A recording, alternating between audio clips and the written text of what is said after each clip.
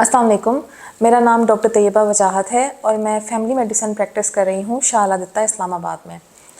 Basically Shah अल-अदित्ता एक peripheral area है और यहाँ पे फैमिली मेडिसिन का मतलब ये है कि आप ऑल इन ऑल हो। आपने सारे पेशेंट्स को देखना है, आपने गायनोकोलॉजिस्ट बन के भी देखना है, आपने मेडिसिन प्रैक्टिशनर बन के भी देखना है, आपने हर तरह के पेशेंट को देखना भी है, गाइड भी करना है। एक मोस्टली आजकल जो पेशेंट्स आ रहे हैं, खास तौर पे यंग बच्चियाँ, उनकी मदर्स उनको लेके आती हैं कि इनको पीरियड्स का इशू है, 2 3 माह पीरियड्स नहीं होते, पीरियड्स इरेगुलर हैं और उसके साथ वेट गेन भी हो रहा है। इरेगुलर पीरियड्स को हम मोस्टली जब फर्दर इन्वेस्टिगेट करवाते हैं, हम रेडियोलॉजिस्ट के पास भेजते हैं या स्कैन करवाते हैं, तो वो उनको ओवेरियन सिस्ट डायग्नोज करते हैं। ओवेरियन सिस्ट का जब सुनते हैं तो परेशान हो जाते हैं कि सिस्ट पता नहीं ऐसी क्या चीज़ है जो हमारे बच्चे में डायग्नोज हो गई है। बेसिकली आजकल पॉलीसिस्टिक ओवेरियन सिंड्रोम और पॉलीसिस्टिक ओवेरियन डिजीज बहुत कॉमन है। उसकी बहुत सारी रीजंस है। सबसे पहले तो ये कि हमारी यंग जनरेशन में हमारे आजकल डाइटरी हैबिट्स जो हो गई हैं, जंक फूड बहुत ज़्यादा कॉमन हो गया है। जंक फूड खाने की वजह से हमारे बॉडी पे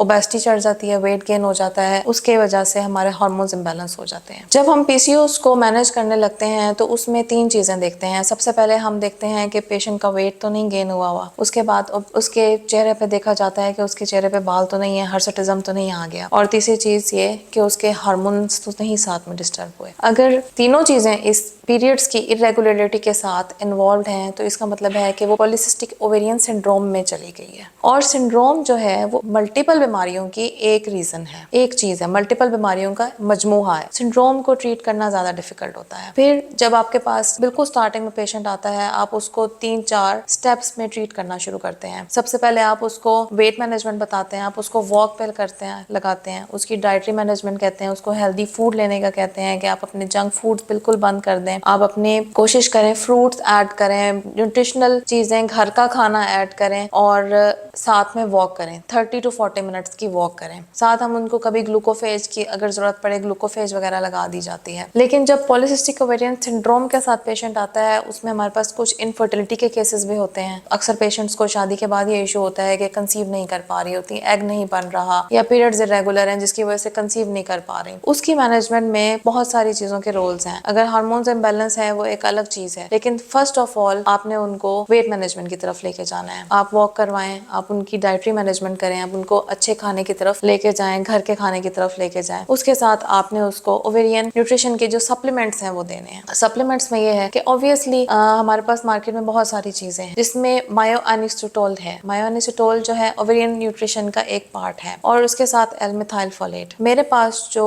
पेशेंट्स हैं उसको मैं हेल्थ पॉइंट का फॉलीवेट देती हूँ। फॉलीवेट साशे में मायोअनिसोटोल और एल-मिथाइल फोलेट दोनों इकट्ठे हैं। इससे आपको 2 चीजों की अलग अलग मेडिसिन पेशेंट को नहीं देनी पड़ेगी। और बेसिकली ये मेडिसिन नहीं है, it is a nutritional supplement. इसको हम हर्बल मेडिसिन भी कह सकते हैं। जब वेट मैनेज भी कर रहा है पेशेंट, जब बाकी सारी चीजें कर रहा है, तो अगर उसको हम थोड़ा सा न्यूट्रिशनल सप्लाई दे देंगे तो इसमें कोई हर्ज नहीं है। फॉलीवेट यूज करने का तरीका बहुत आसान है। आप उसको सुबह शाम बीडी की डोज में 1 साशे 1 गिलास या हाफ ग्लास ऑफ वाटर के साथ इस्तेमाल करवाएं और मिनिमम 3 मंथ्स का टाइम दें। सुबह शाम के अकॉर्डिंग 3 मंथ्स में पेशेंट्स बहुत अच्छे रिजल्ट्स के साथ आते हैं। वेट मैनेज हो जाता है, इसके अलावा उनके पीरियड्स रेगुलर हो जाते हैं, ओवेरियन रिजर्व अच्छा हो जाता है, ओवरीज अच्छा काम करना शुरू हो जाती हैं।